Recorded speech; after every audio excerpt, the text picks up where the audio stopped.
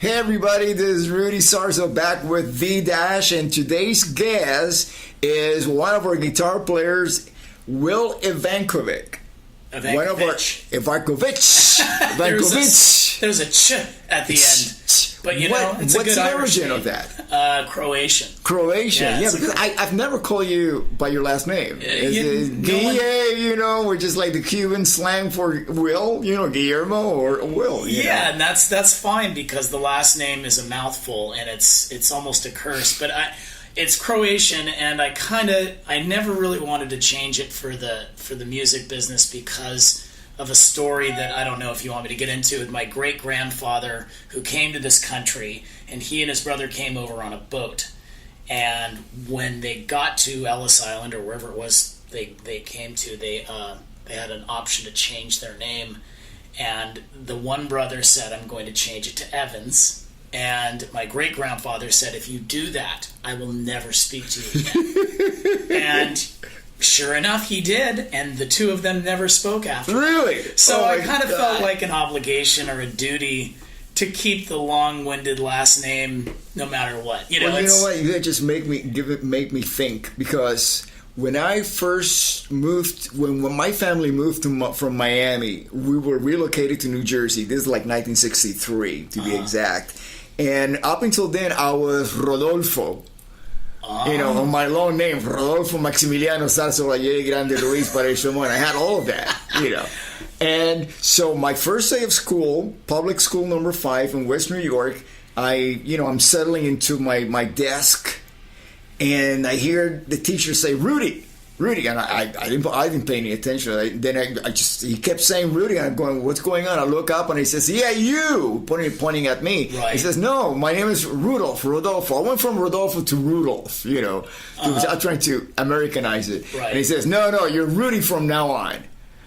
Oh, okay. That's awesome. That's how I became Rudy. That's but funny. But I would change it back to Rodolfo Maximiliano Sarzo or whatever, if it wasn't because it would be so long to write an email address. That's my name, And when you have to sign 1,000 signers' autographs, it will take you twice as long as everybody else.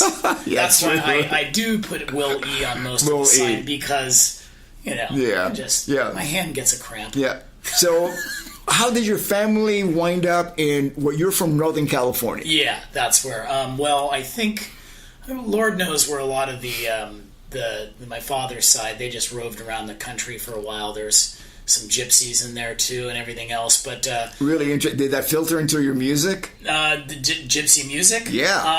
I love gypsy music, but I don't know if it necessarily ever filtered in there. I mean, I love Django and I love hot jazz and that sort of, the gypsy influence, but no, I wouldn't say that I necessarily, it was one of the major influences for me. Did they play it around the house? Because my family played Cuban music all the time. Right. That is a few degrees removed from me, I think, so I didn't really ever spend a lot of time with that side of the family or saw them, but mostly they just used words I was totally unfamiliar with. Yeah. Have you ever seen the movie Snatch? Well, yes, I did. With Brad Pitt. And Brad Pitt, they're the Welsh gypsies over there, yeah. and there's sometimes they'd say words where I just scratch my head. I'm like, what are they? As a matter of fact, they have, I believe, subtitles. Yeah, exactly. When Brad Pitt speaks, It was like that around the Thanksgiving table occasionally. Yeah, he did a great job. So tell me, tell me about your trajectory, your journey so far. When did you start playing guitar? I picked it up. There was always kind of a ratty old acoustic laying around the house, and I picked it up around the age of 6. 86, and I mean, you're in your 40s, so you're like with the. I'm 46, so 46, 40 years ago. Yeah, you're a kid. I feel old. You could be my son. Oh, stop it. And anyway, I picked it up, and it was, MASH, the TV show, is on. Yes. So the theme came on, I picked it out, started playing it on one string, and I'm like, hey, I can do this, and it was just, it always seemed right, natural, and it was just something that it came to me pretty easily.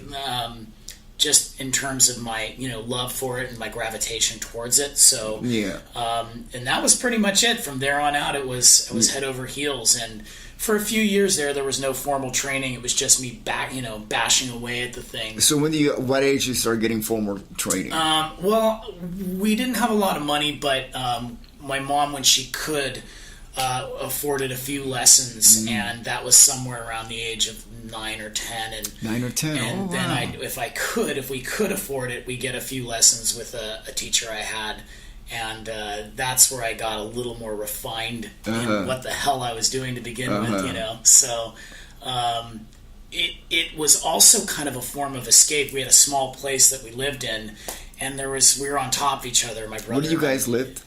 What town? Santa Rosa, California. Santa Rosa. Oh, it's beautiful up there. Yeah, it is. It's beautiful. And my mom was a working mother, and she was gone, most of the day, and it's just my brother and I.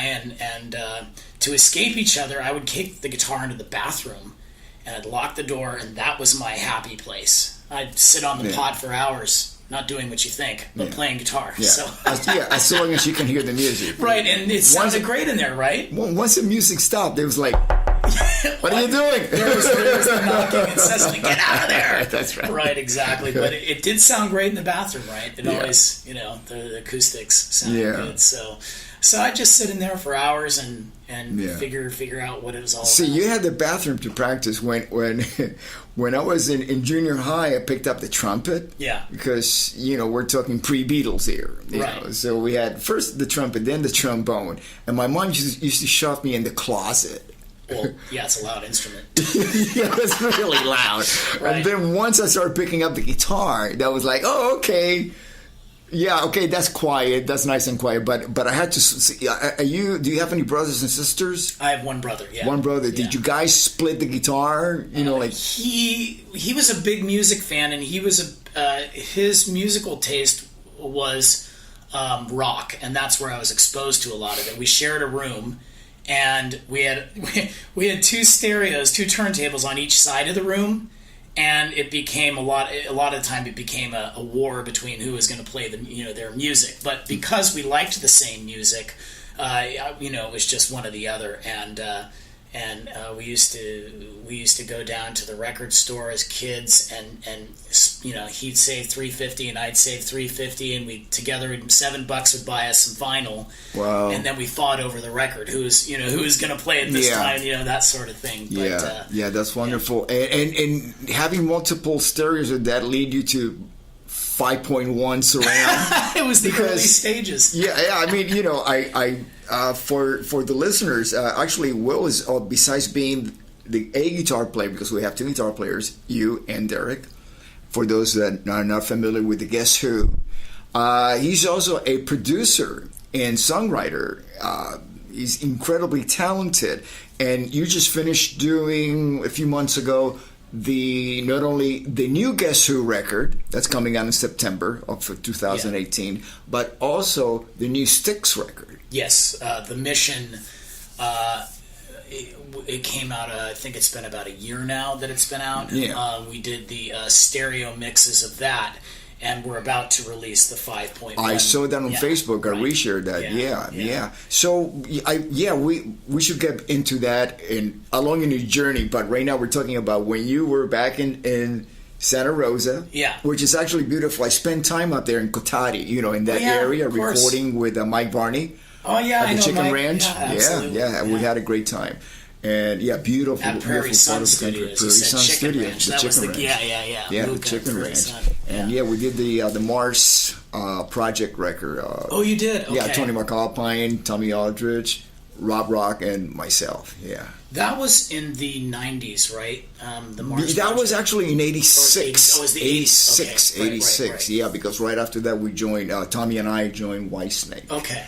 Yeah, so that was in between. And so let's say, how did you get discovered? I had various bands growing up, and my first one when I was 12, and it was kind of a ska band, and we did high school dances and things like that. And at that, it was a pretty young age to be doing it, but I was making my first money playing live, and of course the school needed a band to do the dances, and we were of course obliged by playing danceable music. Probably the only time in my life that I'd ever done anything danceable or accessible to, pop-like, and so I did that for a few years until I discovered prog music, which I became rock prog, and definitely that was the direction I was going to go after that. Now, when you say prog, I mean, my reference to prog is like 60s, Emerson, Lake and Palmer, Yep, and yes, that's what you're talking about. Yes. Wow. And the band, yes, Fragile, Rush, Gentle Giant, all kinds of classic rock prog. Yeah, because later on there were some other bands that were considered prog, but they were more modern, right? Prog. So you went back to old. It was old school, the classic. Yeah. Is that due to your brother's record collection, or the prog thing kind of came later? Because really, when I was younger, I was listening to all kinds of rock and different, and even jazz and different forms of music, but my brother didn't listen to much prog rock. That was kind of my discovery with, he listened to Rush, he listened to a few other things, and of course he and I listened to Ozzy and all the greats and that sort of thing, but he stayed pretty straightforward, and I deviated into the more complex stuff that scared the women away. We always used to joke, in our prog band, we'd play, and it was like all dudes going, "Yeah, you're rad." Like, where are the chicks? Where are the chicks? That's right. That's well, right. If you played something in 4/4, maybe they'd come back around. I know how you feel, because the first tour I ever did with Ozzy was the Blizzard of Oz tour, and the first leg was with Motorhead. So you have Ozzy, which is kind of like a continuation of Black Sabbath. Yeah. And then you got Motorhead, which is, as metal as it gets. Yeah. And the audience was a bunch of dudes. Right. So it wasn't until Def Leppard joined the second leg of the Blizzard of Oz tour that we started getting some females, coming to see the show. And of course, they heard about Randy and you wanted to catch Randy and stuff like that. But I know exactly what you're talking about. I know, man. It's like, well, but we weren't thinking about this. Some people maybe get in the music business for the girls, and maybe some people everyone has different reasons, but we just, we loved making the music, and I guess at the price of having just a bunch of dudes at the show. Was this original music you guys were playing, or were you playing some covers? No, it was all original. In fact, we did a couple Crimson tunes, I think. But, love King Crimson. Yeah, oh my God. But we were mostly writing our own stuff, and it was an interesting era. Bringing this up, in the late '80s and the early '90s, there was very much a music scene in the Bay Area, as there was in a lot of places.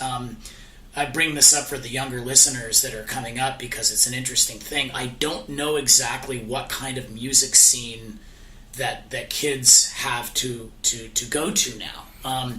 I was having that conversation with someone recently. Like, we had a definitive scene, and so did you growing up, right? You could go to any number of clubs, and there was always bands playing. There was a lot of bands.